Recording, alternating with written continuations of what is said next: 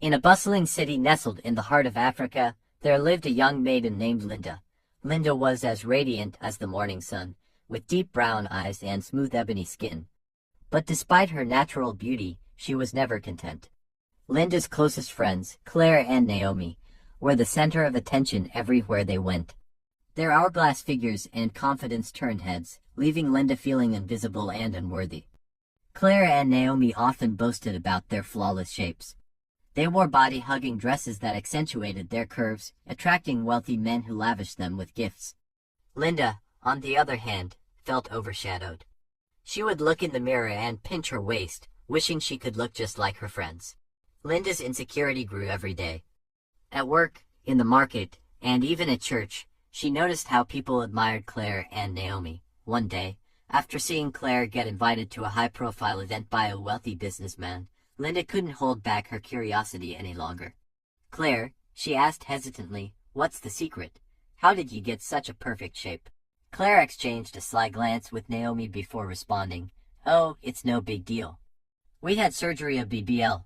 We've told you before, Linda, if you want to be admired, you need to make sacrifices." Linda was shocked. "Surgery?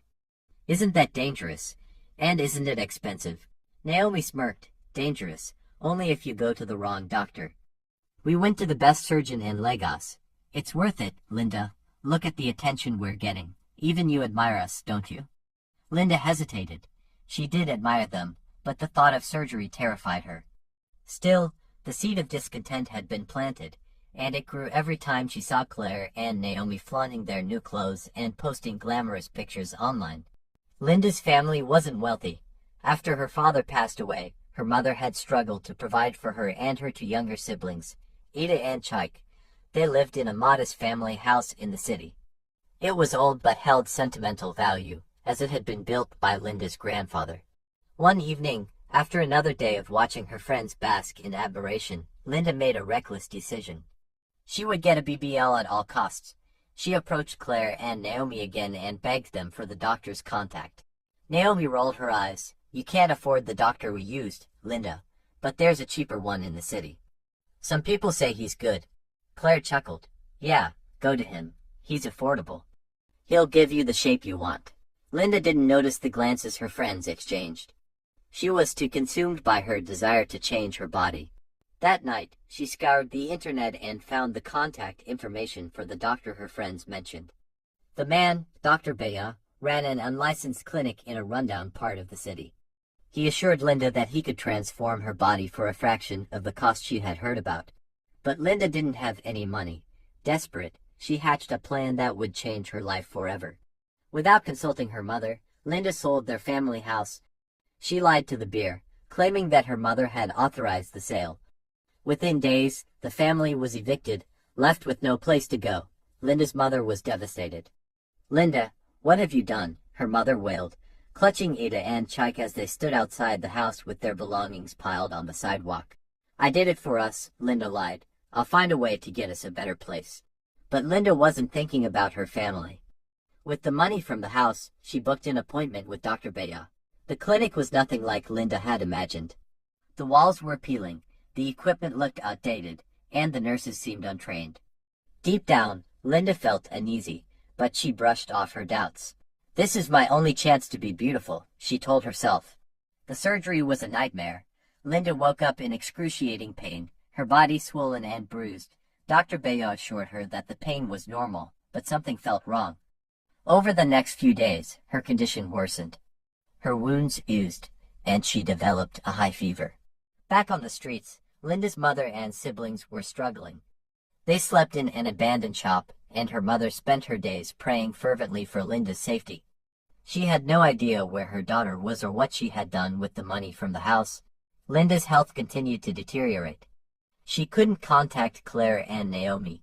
They had blocked her calls. Alone and desperate, she returned to her family. When her mother saw her, she gasped in horror. "Linda, what happened to you?" Linda broke down in tears. "Mama, I made a mistake, I thought. I thought this would make me happy."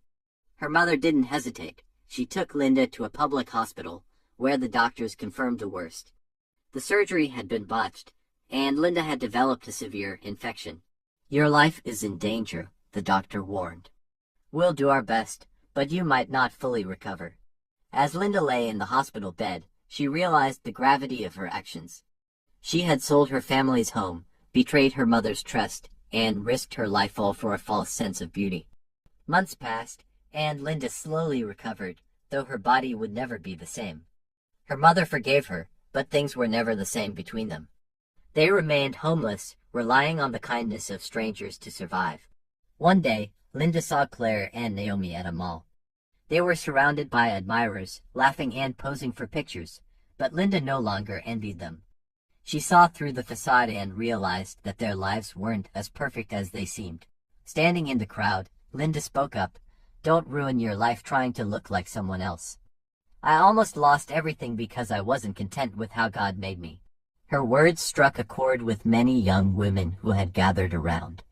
Linda began sharing her story, warning others about the dangers of insecurity and the pressure to conform to unrealistic standards of beauty. The moral lesson of this story is that true beauty comes from within. While it's natural to admire others, it's important to love and appreciate your own unique features. Comparing yourself to others can lead to heartbreak and regret.